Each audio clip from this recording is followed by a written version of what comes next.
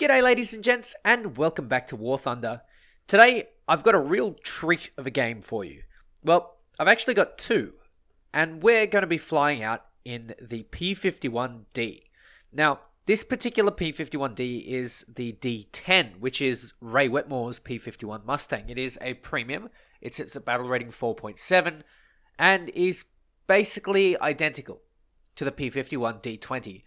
There's pretty much no markedly or no real difference that I can find flying this against Germans, Japanese, and I believe the Italians as well. Of course, who can forget the Italians? But one of the things that this plane is absolutely fantastic. Honestly, I've played about 4 or 5 games. Some of them don't really go your way because your team crumbles.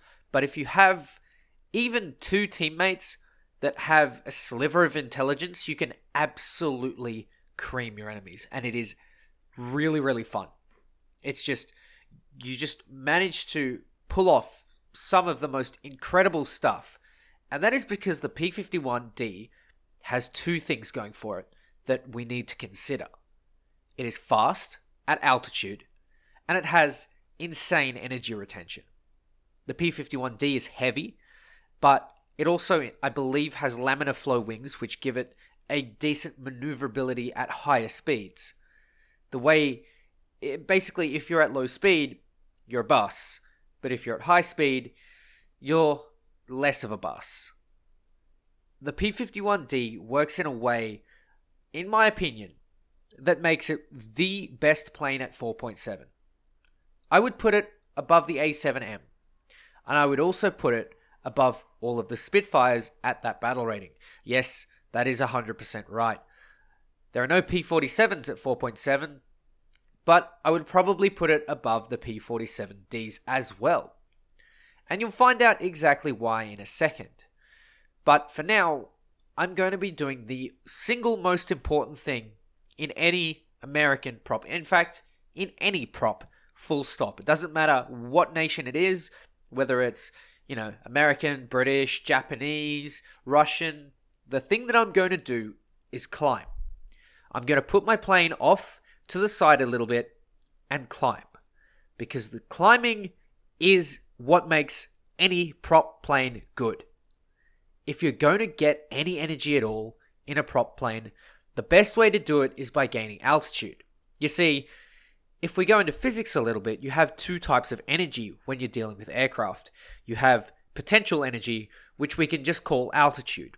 Basically, the more altitude you have, the more energy you have. And you also have kinetic energy, which is the energy of, motion. So, the faster you are, the more speed you have, obviously, and the more kinetic energy you have.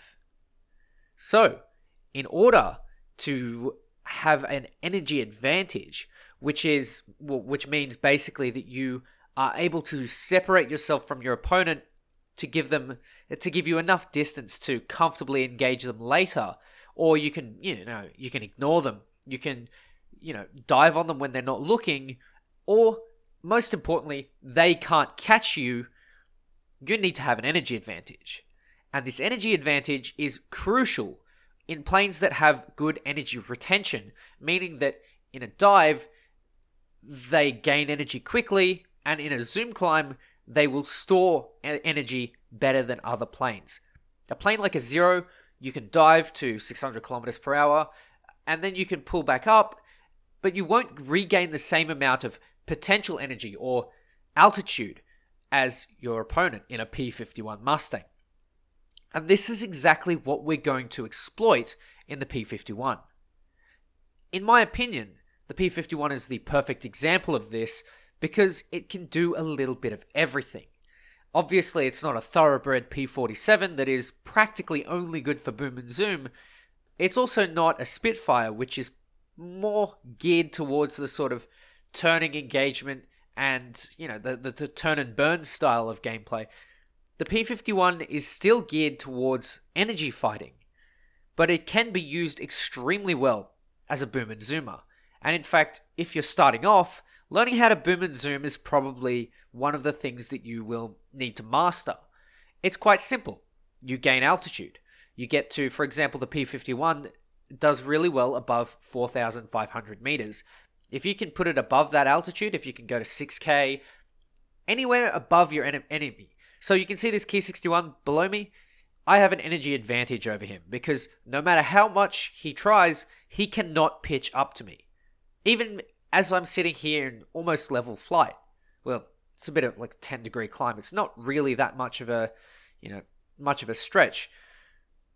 I'm going to try and keep as much energy above my opponents as possible. And you can see here, none of the Japanese planes have climbed. I am above all of these ones here. You can see an A7M that is looking a little bit worrying. So what I'm going to do is I'm going to put myself a little bit further up and convert that speed into altitude, which the P-51 does quite well. And look at that. The A7M just cannot pitch up to me. He's climbing and he's very, very slow, and I'm going to use that while he's slow, pop a little bit of flaps, quickly burn a little bit of energy, and quickly get onto his 6, a burst of 50 cals, and would you look at that, he's pretty much dead. Immediately, I'm not going to engage any other targets. I'm going to go up for a little bit of altitude, and then I'm going to cross over a little bit because I think maybe, I can engage someone, but I'm going to wait for the A6Ms to move. And notice how I go for the one at the rear. The one at the rear is the one that you should be going for. It doesn't matter what plane you're engaging, whether it's in jet combat or in prop combat, but if you are going to engage a conga line of enemies, go for the one at the back, because basically, if you go for the one at the front, you'll probably slot in front of someone else's guns and get shot down. Notice here also how I've managed to retain a lot of my speed, and we're slowly going to force the Japanese planes down. We're just going to keep boom and zooming them. They're going to have to keep evading, keep turning, and you can see here, this A6M5 is pretty much doing that. He's realized, well, I can't fly in a straight line anymore, I have to put it into a dive. And that is progressively wearing down his energy. And because I have better energy retention, I'm going to have the better advantage. And all American planes share this feature over the Japanese, except perhaps maybe some of the Ki-84s and maybe some of the J2Ms. But for the most part, you're better off boom and zooming. You can see here now, we've got a low altitude turn fight that the Japanese can engage in, but at the same time, we have so much energy. All of us, our whole team has conserved our energy well enough that the Japanese are right where we want them. Have a look at the amount of Japanese planes in this little circle. It's turning into a furball, and if you're disciplined enough, unlike a couple of our team members here, you can absolutely shred them to pieces. You can see I'm going to put myself into a dive for that A6M. Another one turns out, I go for the turn. I'm not going to commit to that. I'm going to keep my energy, and then I'm going to put myself into a vertical, convert that speed back into altitude. And there we go. We're going to have it again. And I see that J2M, and all I have to do is extend. All I have to do is extend because my energy retention is just that good. You can see that he's going to get distracted or he's just not going to pay attention to the furball, and I have all these zeros to myself now. I could go and get every single one of these zeros if I wanted to, but I'm going to be a little bit patient here. You can see I'm going to put that last amount of speed into altitude, and a couple of zeros are now stalling out for me. They're actually stalled. They're below 150 kilometers per hour. And you can see I just put 50 cals into them and there's no problem. A teammate also does that and we have a couple of zeros dead straight away. Really, really easy, really, really simple. I set another one on fire with the 50 cals. Keep the plane level and fast. And look at this. The furball that was something like 10 planes has now been reduced to 5. Make that 4. They're all screwed. The Japanese planes do not stand a chance now. P-47 comes in, absolutely smashes him, 850 cals. There's no way you're escaping that when you don't have the energy. Ki-61 also comes in. I don't really manage to get many shots, but it's okay because we have another whole bunch of teammates full of energy, ready to pounce on the Japanese planes at a moment's notice. And there it is. This is the absolute carnage you can just afflict on your enemies when you have an altitude advantage. It is so excruciatingly important in props to have an altitude or at least an energy advantage. This is just the perfect example. This is the best example I could give you, and Ray Wetmore's P51 Mustang is one of the best ways to exploit that. Obviously, if you're looking for a tech tree equivalent, P51D5 and P51D30 are also extremely good at this. You've also got Corsairs, you've also got P47s, you've got the Cannon Stang if you really want, but that's not quite as good at it. The P38s are also extremely good, and honestly, if you get them all spaded, you're going to have a really good time. Now, that all works well and good. You might be thinking, yeah, sure, but what if I don't have the altitude advantage? And this raises an important question. You're not always going to have said altitude advantage. You're not always going to have this massive, easy time just clubbing enemy props. And that's extremely true. But you can see here, in the footage that I'm going to show you now, you can do this at low altitude as well.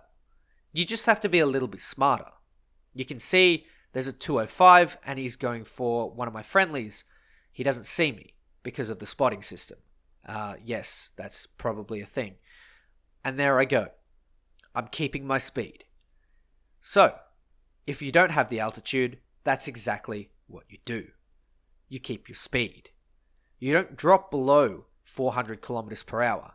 In fact, you set a speed and you say, you know what, I'm not going to drop below this and this altitude.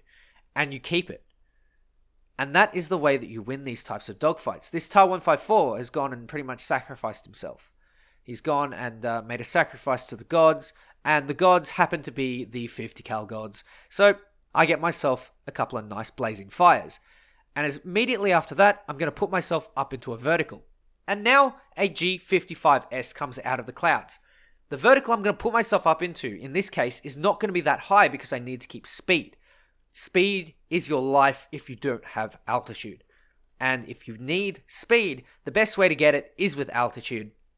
So that is why I always recommend climbing. You can see this G55S is now going to dive underneath me. I'm going to get a couple of shots and I'm not going to follow. I need the speed and I can't sacrifice any more altitude to get that. I can see that he's been distracted now. He's going for the Hellcat, and this is my chance. But the ME410 is also coming in, so I'm going to try and pick that guy off because the ME410, whilst it's less of a threat, if I can get rid of it there and then, that's probably a better win for us. And you can see the G55S is now going to come and dive on me, but then go back for the Hellcat again. So this Hellcat is doing his best to bait me. The Hellcat actually turns better than the G55S. The only issue is that it loses too much speed too quickly. So if a G55S is clever, he'll energy trap them most of the time. But you can see here, the G55S has put himself into a really crappy situation. And because we have a good set of teamwork going on, I'm able to just commit to this G55. I put myself up into a vertical before I dive back onto him and make sure to store as much energy as possible, release it, and there he goes.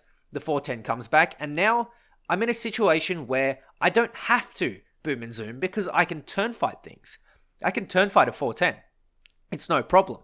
All I need is, just a bit of elevator because the 410 is a heavier plane. The P51 is actually lighter and turns better. But you can see in this situation, if you have a couple of people working together and maybe you have a couple of people that turn with, a bit more proficiency than a P51, you can make a low altitude engagement work. I don't suggest doing it all the time though. Go for your altitude first and use this as a last ditch solution.